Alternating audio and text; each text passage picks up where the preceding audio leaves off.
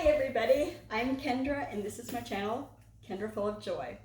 Today I'm making pumpkin chocolate loaf and it's good. It's got 5 stars here. It's an old Taste of Home magazine. You might still get them or remember them from years ago. They have a lot of advertising in them now, whereas in the old days they didn't have any advertising. And they would have 200 recipes in every issue, and it would come out every month. And now I think it's every other month, and with the advertisements, not commercials, advertisements. So anyway, this I discovered when my, probably the 90s, when my boys were late 90s, when they were just being born.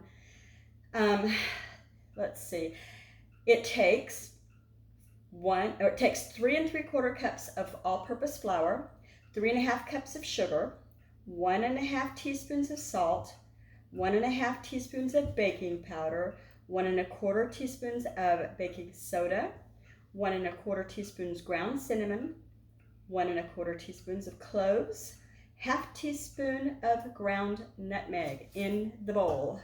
So I've got this already in here, and you just have to mix it up together well so that your spices get mixed in well with the sugar, and your sugar gets mixed in well with the flour, and the salt is where it ought to be, and that kind of thing. And this seems like a lot of ingredients, but I think the reason for that is this makes 3 loaf pans. And I always used to say it was good because it made 1 to serve the family, 1 to freeze for later, and 1 to give away. And so what I'm making these for actually now is for feeding the freezer. I'd like to start putting up some dessert kind of breads and things for getting out over the holidays. And this is such a rich, delicious bread that it's like a dessert. It's like a cake, a very dense, moist, chocolatey cake. And even though it says pumpkin and it has 30 ounces of pumpkin in it, I don't taste the pumpkin. I taste the chocolate and the spices. I think in this case the pumpkin acts as a richness giver. So this is just the dry ingredients. Got that all mixed up here together. I'm gonna put that right here. Okay, now we're going in with the wet ingredients. So that's going to be 3 eggs.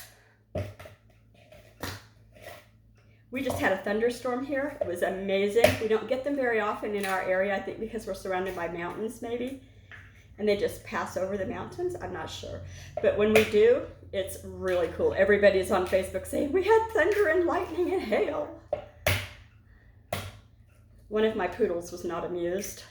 Okay, so into the wet ingredients, I've got 3 large eggs, and then I'm going to put in, it says 1 29-ounce can of pure packed pumpkin.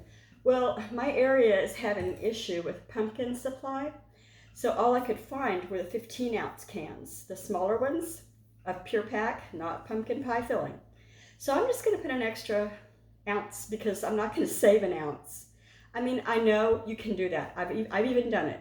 Went so far as to use ice cube trays as a mold. And I know from personal experience with me, what happens is about 6 months or 8 months later, I find this frosty blob of something and I think, ew, So anyway, we're gonna put the extra ounce right in here. So here it goes. Right in with the 3 eggs. Now, something that I always do that I didn't do and I should bring up, I don't know where I read this or how true it is, but I heard years and years ago, you should always put your vanilla straight onto your eggs in a recipe, a baked recipe like this. And the reason for that is supposedly it intensifies the flavor of the vanilla. So somebody research that. Maybe I will later. So in this case, it says that I'm going to need 1 1/2 teaspoons of vanilla extract. So here's 1 teaspoon, and this is that homemade vanilla extract that I make. Here's 1, it goes right in with the eggs, and 1/2 I found my long measuring spoons that were missing. It's nice. Okay, so that's mixed in there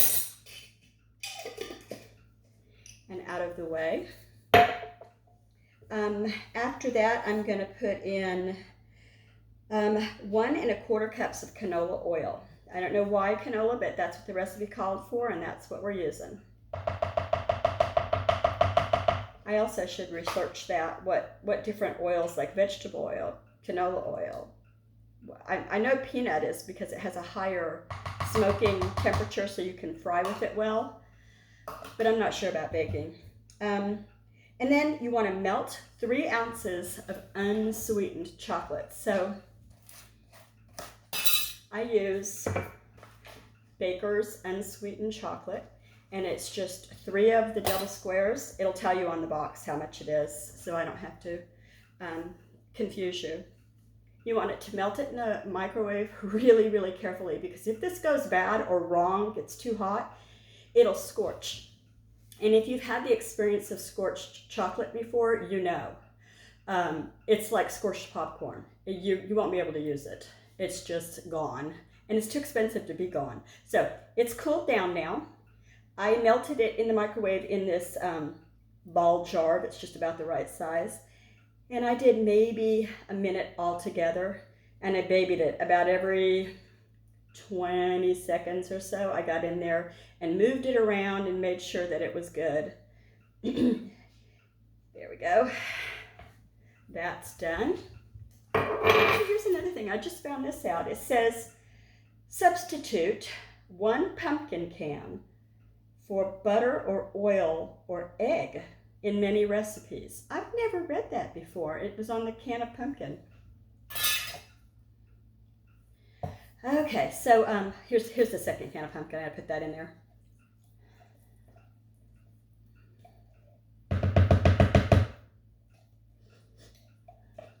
All right. My daughter likes to get whole pumpkins and roast them in the oven and use that instead of canned. She's way better at stuff like this than I am. That's done. So then you've got your eggs, your pumpkin, your canola oil, your chocolate, vanilla extract, and mix it all together. You know what? Why am I using that? I have this.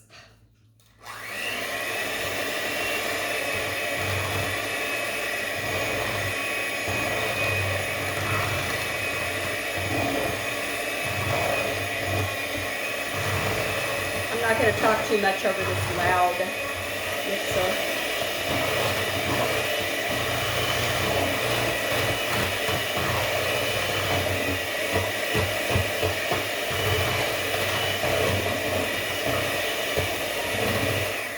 Okay, really, I'm telling you, I'm not a big pumpkin fan. Like, I don't like pumpkin pie. I don't like most pumpkin bread, but I like this because I don't think you can taste the pumpkin as much. Like the lid says, it makes for a rich, rich chocolate loaf. Okay, so then we're going to take our dry ingredients, move them over here, and put in the wet ingredients. You don't have to baby this and go slow or anything. You can actually just put it in all at the same time. I see some little bits of chocolate that I didn't get incorporated, so I'm mixing that now down at the bottom of the bowl, you know. Always watch for that. I threw away one of my spatulas. It was so old that it wasn't even, it was bending. Whenever I would try to scrape something with it, it would act like grass, you know, fresh grass. It would just bend. So that wouldn't do. Okay. So rather than, I'm just going to kind of gently sort of start this mixing. Then I'm going after it with the mixer.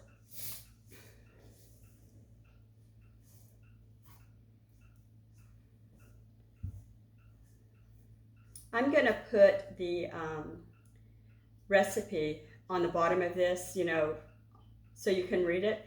Because now I'm wondering if I even said to use baking soda, baking powder, cinnamon, nutmeg, cloves, and salt. I probably didn't. I get talking and forget what I'm talking about. So It's got a lot of spices in it. It's like 1.5 teaspoons of cinnamon, 1.5 teaspoons of ground cloves, and 1/4 teaspoon, I think it was, of nutmeg ground. Yummy, yummy. You can smell it. It smells like autumn. So at first it's going to look dry, and then all of a sudden it'll just magically become really liquidy, not liquidy, but really nice, like a cake batter. So don't panic if you think, oh, this looks too dry. That's just normal.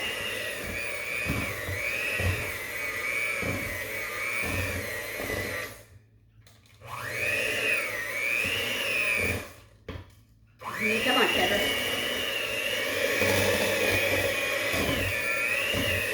All right. Now we got the consistency going on here. It's nice and loose.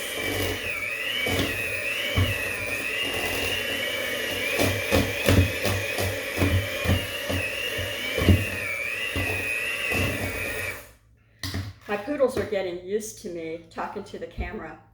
A lot of times when I first started, I'd start talking and they'd get up and look around like we've got company. I mean, I talk to myself, but not like this. Okay, so the last thing you have to do is fold in 2 cups of semi-sweet chocolate chips, and I just use the regular Toll House chocolate chips. I like those. I'm not saying that you shouldn't use generic or something like that and it wouldn't be just as good. I was fully prepared to get those this time because it seems like there's shortages on things so much that I thought, well, I'll just get what I can get. I'd sure like to have real though and not the imitation chocolate. I've always been suspicious of that. Okay, so fold that in there. Hold on.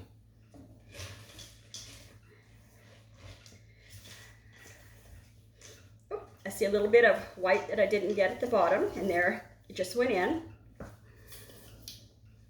So it looks like that. It looks real light brown. It doesn't look dark like a chocolate cake, but when it cooks up, it comes out darker. It's hard to explain, I think, because everything just cooks together and gets ready to go together. So you're going to want to cook this all together in your regular size, bread pans. I use aluminum because I've got exactly 3 bread pans and I don't want to use them up. I'm going to freeze these so they're going to, get wrapped. Anyway, you're going to want to bake them at 350 for 55 to 65 minutes. Ovens all differ. I have a gas oven and it takes it forever and a day to warm up to temperature. It feels like to me, because I had an electric oven for 21 years and then I have to learn gas all over again. But I feel like it takes a little bit longer in my gas oven. Let's see. So now I'm going to get a measuring cup. One of these, these had oil in them.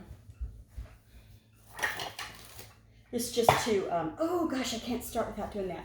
Okay, so to explain this part.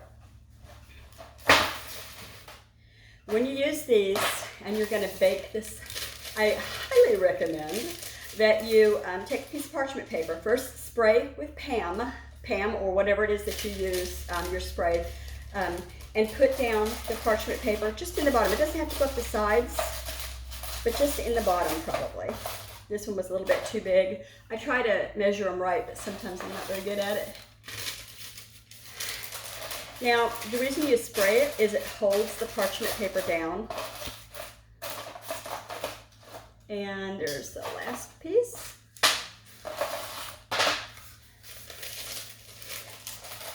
And the reason you want parchment paper is because you want it to just pop out. And with parchment paper, it is.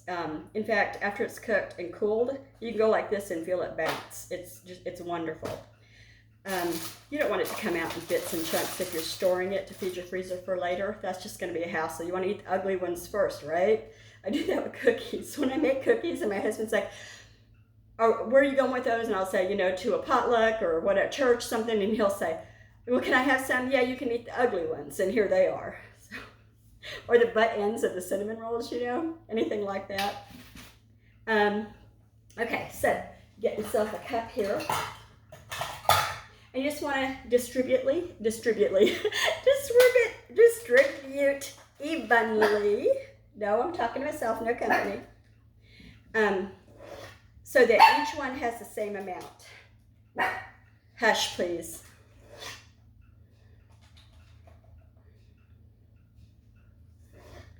So it's pretty thick and pretty rich. My oven is already preheated. Okay, put that one back there. Oh, I'll show you the next one. I'm still learning, guys. I'm not very good with the camera. I'm using my phone, which is an Android, is it called an S10 or something like that? I got this phone before I went on a trip to help a lady that was having a baby in Georgia. And so that baby, I think that baby is 6 years old now, almost. That's how old my phone is. Yeah. A lot of people get new phones really often, and we just don't. Uh-oh. I just found a cache of flour and baking soda and whatnot, so I'm going to start that part over. Get that mixed in real well. New. That can make it all wrong. Be so careful. I was not careful enough.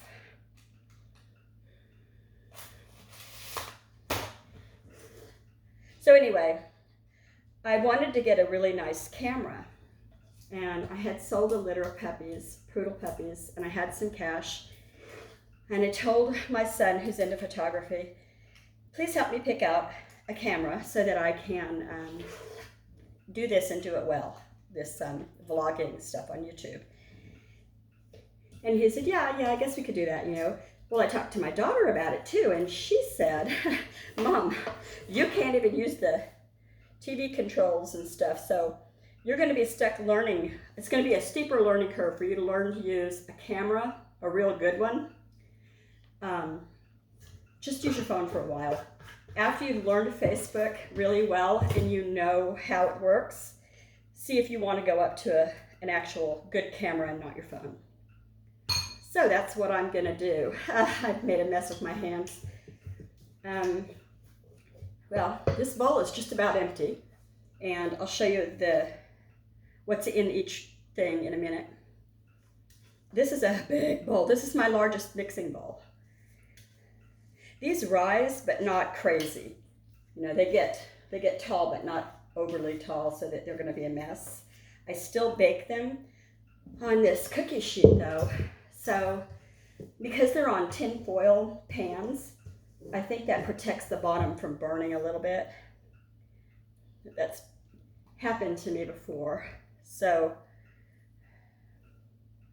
there you go. Be right back.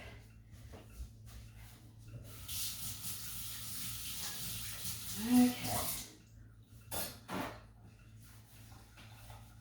I'm back. All right, so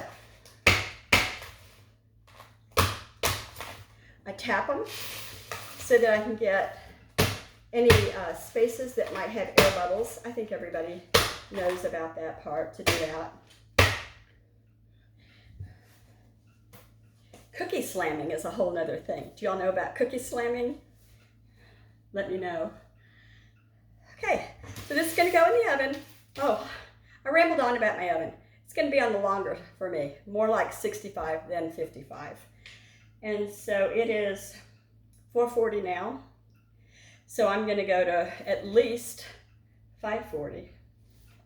And it's Sunday. Yes, it's Sunday.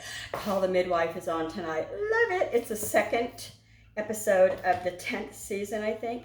If you've never watched Call the Midwife, it's on PBS, Sunday nights. Here, Pacific Standard Time, Washington State, it comes on at 8 o'clock. Or is it 7? I better make sure.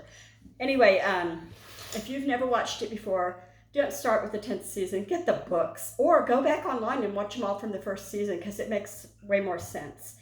And it's just a docudrama about childbirth, post-war England, and nuns and the nurses and the people that live in Poplar Town or whatever it was called, and they're having their babies and being helped. So that's right up my alley. I'm so interested in stuff like that. So here we go. It was in the oven.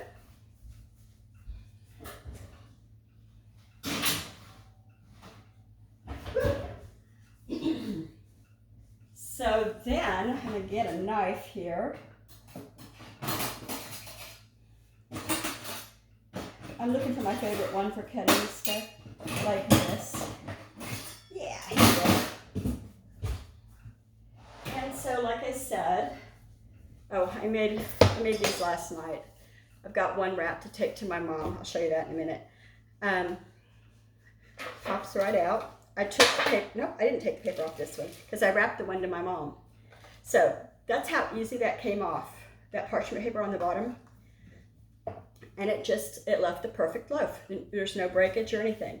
And so, you slice it like this. And immediately you smell that. Trust me, it is delicious. You gotta try it. I'll put the recipe down below. And I think that's it. Oh, toothpick in the center. Make sure you don't hit a chocolate chip because that'll be molten chocolate no matter how long it cooks. So put a toothpick in the middle when you are thinking that it's done within your oven. Check it on the lower end, and if it needs to go further, you can do that. If you check it on the higher end and it's overcooked, it's going to be a little bit dry. It won't be too dry because it's a rich, I don't know what this weighs, but a lot. I hope I remembered everything. Oh, no, I did not. It's the one I'm taking to my mom. It's got what it's called, freeze it or use it within 3 days, and the date that it was baked. I like doing stuff like that. I think because I miss doing it for the kids. I'm going to have to do something about that. Adopt some grandbabies or something. So I will do another video tomorrow. Oh yeah, tomorrow's going to be a chip beef recipe that I wouldn't eat when I was a kid, but I eat it now. So have a great rest of the night. Oh, tomorrow is a holiday here in the States. There's no mail, no banks, no anything like that. So if you happen to have it off, have a great day. And if you don't, have a great day. Go out there and find some joy. Bye.